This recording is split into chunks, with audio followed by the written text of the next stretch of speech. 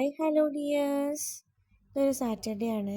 ഇന്ന് നടന്നാ പോണേ. ഇന്ന് ദർശന മാം ഉണ്ട് കൂടെ നടക്കാൻ. ഭയങ്കര വെയിലാണ്. മാമിൻ്റെ അടുത്ത് കുട ഉണ്ട്, എൻ്റെ അടുത്ത് കുടല്ല. അപ്പം ഞാൻ ഇങ്ങനെ ഷാളൊക്കെ ഇട്ട് മുഖമൊക്കെ മറിച്ചാൽ പോണേ. എന്തൊരു വെയിലാണെന്നറിയോ. ഇത് പ്രത്യേകിച്ച് ഡ്യൂട്ടി ഒന്നും ഇല്ല കേട്ടോ, സ്റ്റുഡൻസ് ആരും വരില്ല. പിന്നെ ഇന്ന് കുറച്ച് നേരം വർത്താനമൊക്കെ പറഞ്ഞിരുന്നതിന് ശേഷം ഇതേപോലെ ഫയൽസ് ഉണ്ടായിരുന്നു, ഒന്ന് സെറ്റ് ചെയ്ത് വെക്കാൻ. അതൊക്കെ സെറ്റ് ചെയ്ത് വെച്ചു. ഭയങ്കര വിശപ്പ്, എല്ലാവർക്കും വിശപ്പ്. ഒന്നും നോക്കിയില്ല, ചായ ഓർഡർ ചെയ്താലോ എന്ന് വിചാരിച്ച് Tea.comൽ വിളിച്ച് ചായ ഓർഡർ ചെയ്തു കേട്ടോ. ചായയും പഴംപൊരിയും സമൂസയും ഒക്കെ എല്ലാവരും ഒരേപോലെ വൈബിൽ ആൾക്കാരാണ്. അപ്പോൾ പിന്നെ അങ്ങ് സെറ്റായി പോയിക്കോളൂ കേട്ടോ. പിന്നെ ചായയും പഴംപൊരിയും ഒക്കെ ഓർഡർ ചെയ്ത് ചായ വെയിറ്റ് ചെയ്ത് നിൽക്കുക. അത് കുറേ ടൈമായി അവർ കൊണ്ടുത്തരാൻ കേട്ടോ. പിന്നെ ഞങ്ങളെല്ലാവരും ഒരുമിച്ചിരുന്ന് ചായയും പഴംപൊരിയും സമൂസൊക്കെ കുടിച്ച് ഓരോരോ കഥകളൊക്കെ പറഞ്ഞു കേട്ടോ. നല്ല അടിപൊളി ഡേ ആയിരുന്നു അന്ന്.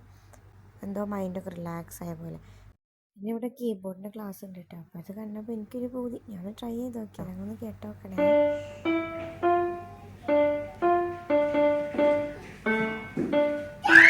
നമുക്ക് ദേവിയിൽ പാട്ട് പോലെ തോന്നി. ഞാൻ ഫസ്റ്റ് ആയിട്ടാട്ടോ ട്രൈ ചെയ്യുന്നത്.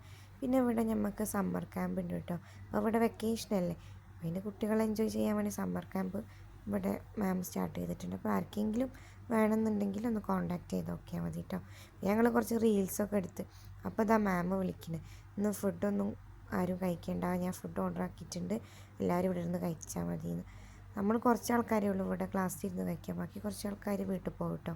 അപ്പം ഇന്ന് ആരും പോയില്ല. അപ്പോൾ എല്ലാവരും ഒരുമിച്ചിരുന്ന് നല്ല ഫുഡൊക്കെ കഴിച്ചു. നല്ല അടിപൊളിയായിരുന്നു കേട്ടോ. പിന്നെ ഇന്ന് ട്യൂഷനും കുറച്ച് മക്കളെ വന്നിട്ടുള്ളൂ. വെക്കേഷൻ ആയതുകൊണ്ട് കുറേ ആൾക്കാർ നാട്ടിൽ പോയി. ഞാനും മാമും നടന്ന് വീട്ടിലേക്ക് പോയി. എന്നാൽ പിന്നെ ബായ്.